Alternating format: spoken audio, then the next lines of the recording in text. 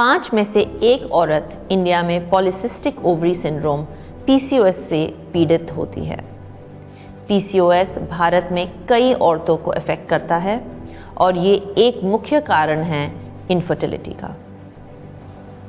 हाय, मैं सानिया मिर्ज़ा हूँ और मुझे खुशी है कि मैं डॉक्टर अर्चना का स्वागत कर रही हूँ, जो एक मशहूर हेल्थ एक्सपर्ट हैं। आज वो हमें PCOS के प्रॉब्लम्स को मैनेज करने के लिए कुछ प्रैक्टिकल टिप्स देंगे। PCOS के बारे में जानकारी बढ़ाने से कई औरतों को फ़ायदा हो सकता है, क्योंकि इस बीमारी को लेकर कई गलत विचार हैं। डॉक्टर, क्या आप बता सकते हैं कि एक बैलेंस्ड और पोर्शन कंट्रोल मील PCOS पेशेंट्स के लिए कैसे हेल्पफुल हो सकता है?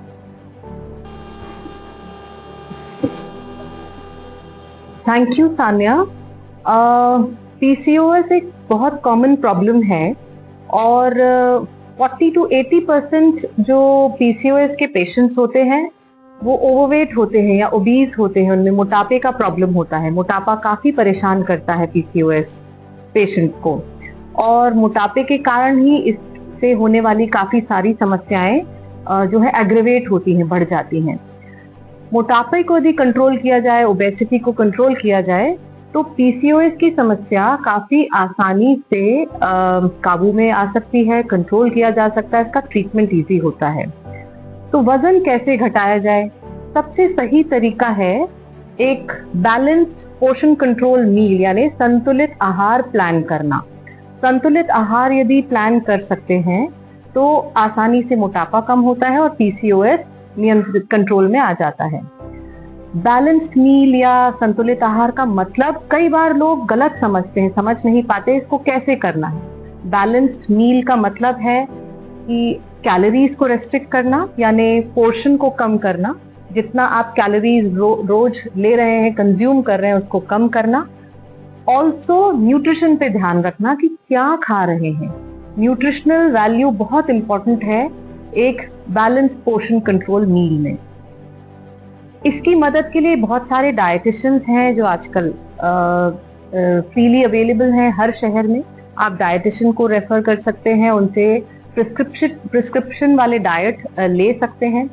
इसके अलावा पोर्शन कंट्रोल प्लेट्स आती हैं, थालियां आती हैं जो आपको आपके पोर्शन को आसानी से डिवाइड करने या कंट्रोल करने में, खुद से ही मैनेज करने में मदद करती हैं। ये आपको डिसाइड करके देती हैं आपको कितना कार्बोहाइड्रेट लेना है, कितना प्रोटीन लेना है, कितना वेजिटेबल लेना है, कितना सैलेड लेना है। इससे बड़ा आसान हो जाता है घर के खाने को बैलेंस और कंट्रोल कर पाना। तो बहुत इंपॉर्टेंट बात है PCOS के कंट्रोल के लिए बैलेंस्ड पोर्शन कंट्रोल मील का लेना। Thank you doctor. क्या आप बता सकते हैं PCOS को मैनेज करने में फिजिकल एक्सरसाइज कितनी जरूरी है?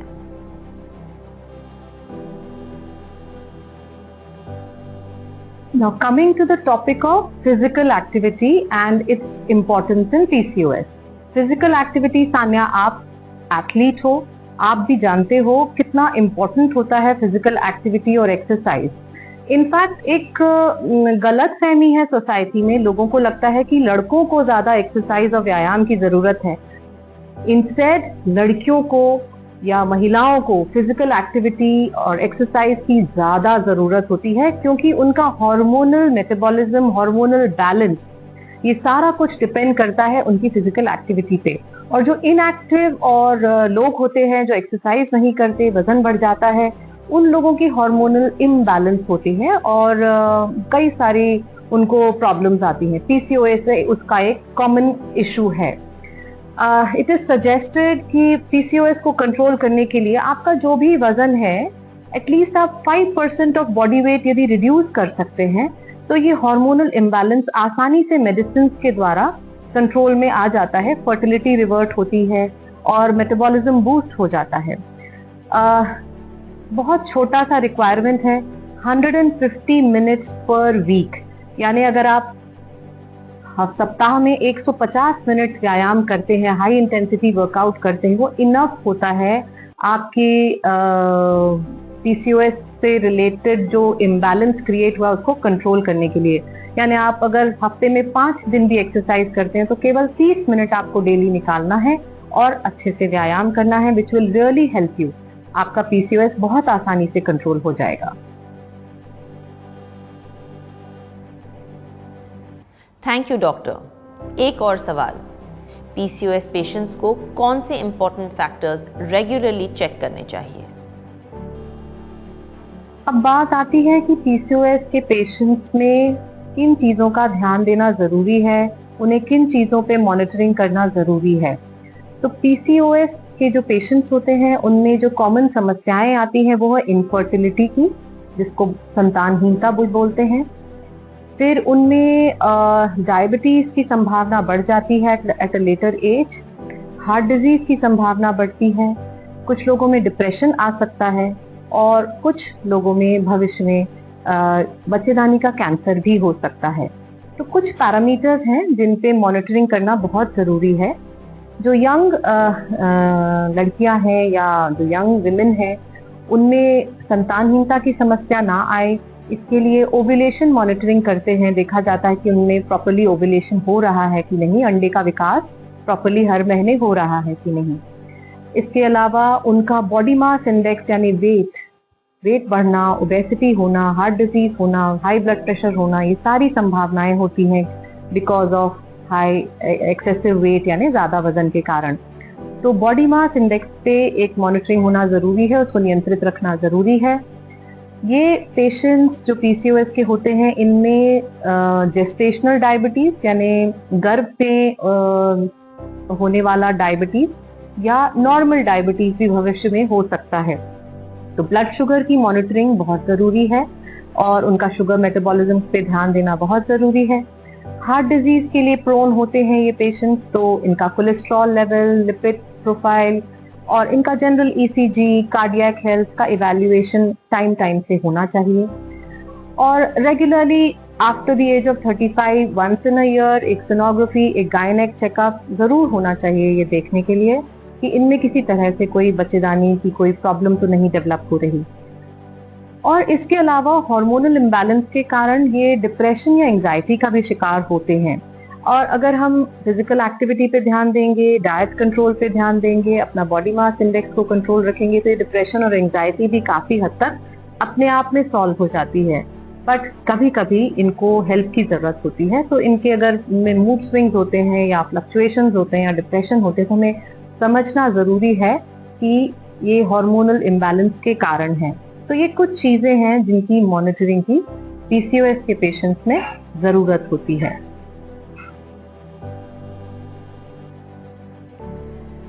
डॉक्टर, सभी औरतों के लिए ये एक सिंपल संदेश है कि मील, मूवमेंट एंड मॉनिटरिंग पीसीओएस को मैनेज करने में बहुत जरूरी है। धन्यवाद डॉक्टर अर्चना, आपके वैल्यूएबल टिप्स के लिए जो पीसीओएस को अच्छी तरह से मैनेज करने में मददगार हो सकते हैं। मैं खुद एक एथलीट हूं और मैं समझती हूं कि लाइफस्टाइल मैनेजमेंट एक हेल्थी फ्यूचर के लिए कितना जरूरी है। आओ मिलकर इस सोच को बदलें, जानकारी बढ़ाएं और इस सफर में एक दूसरे का साथ देकर अच्छी सेहत और खुशी की ओर बढ़ें।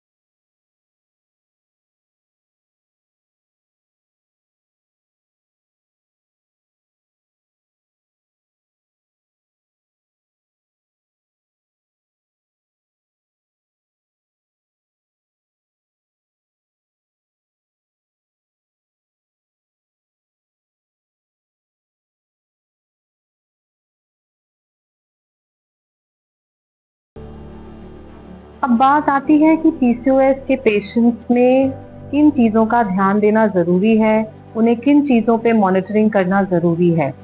तो पीसीओएस के जो पेशेंट्स होते हैं उनमें जो कॉमन समस्याएं आती हैं वो है इनफर्टिलिटी की, जिसको संतानहीनता बोलते हैं। फिर उनमें डायबिटीज की संभावना बढ़ जाती है at a later age, heart disease की संभावना बढ़ती है, कुछ लोगों में डिप्रेशन आ सकता है और कुछ लोगों में भविष्य में बच्चेदानी का कैंसर भी हो सकता है। तो कुछ पैरामीटर्स हैं जिन पे मॉनिटरिंग करना बहुत जरूरी है। जो यंग लड़कियां हैं या जो यंग विमेन हैं उनमें संतानहीनता की समस्या ना आए, इसके लिए ओव्यूलेशन मॉनिटरिंग करते हैं। देखा जाता है कि उनमें प्रॉपर्ली ओव्यूलेशन हो रहा है कि नहीं, अंडे का विकास प्रॉपर्ली हर महीने हो रहा है कि नहीं। इसके अलावा उनका बॉडी मास इंडेक्स यानी वेट बढ़ना, ओबेसिटी होना, हार्ट डिजीज होना, हाई ब्लड प्रेशर होना, ये सारी संभावनाएं होती हैं because of high excessive wait यानी ज्यादा वजन के कारण। तो बॉडी मास इंडेक्स पे एक मॉनिटरिंग होना जरूरी है, उसको नियंत्रित रखना जरूरी है। ये पेशेंट्स जो पीसीओएस के होते हैं इनमें जेस्टेशनल डायबिटीज यानी गर्भ में होने वाला डायबिटीज या नॉर्मल डायबिटीज भी भविष्य में हो सकता है। तो ब्लड शुगर की मॉनिटरिंग बहुत जरूरी है और उनका शुगर मेटाबॉलिज्म पे ध्यान देना बहुत जरूरी है। हार्ट डिजीज के लिए प्रोन होते हैं ये पेशेंट्स, तो इनका कोलेस्ट्रॉल लेवल, लिपिड प्रोफाइल और इनका जनरल ईसीजी, कार्डियक हेल्थ का इवैल्यूएशन टाइम से होना चाहिए। और regularly after the age of 35 once in a year एक सोनोग्राफी, एक गायनेक चेकअप जरूर होना चाहिए ये देखने के लिए कि इनमें किसी तरह से कोई बच्चेदानी की कोई प्रॉब्लम तो नहीं डेवलप हो रही। और इसके अलावा हार्मोनल इम्बैलेंस के कारण ये डिप्रेशन या एंजाइटी का भी शिकार होते हैं। और अगर हम फिजिकल एक्टिविटी पे ध्यान देंगे, डाइट कंट्रोल पे ध्यान देंगे, अपना बॉडी मास इंडेक्स को कंट्रोल रखेंगे तो ये डिप्रेशन और एंजाइटी भी काफी हद तक अपने आप में सॉल्व हो जाती है। बट कभी कभी इनको हेल्प की जरूरत होती है। तो इनके अगर मूड स्विंग्स होते हैं या फ्लक्चुएशंस होते हैं या डिप्रेशन होते हैं तो हमें समझना जरूरी है कि ये हार्मोनल इम्बैलेंस के कारण है। तो ये कुछ चीजें हैं जिनकी मॉनिटरिंग की पीसीओएस के पेशेंट्स में जरूरत होती है।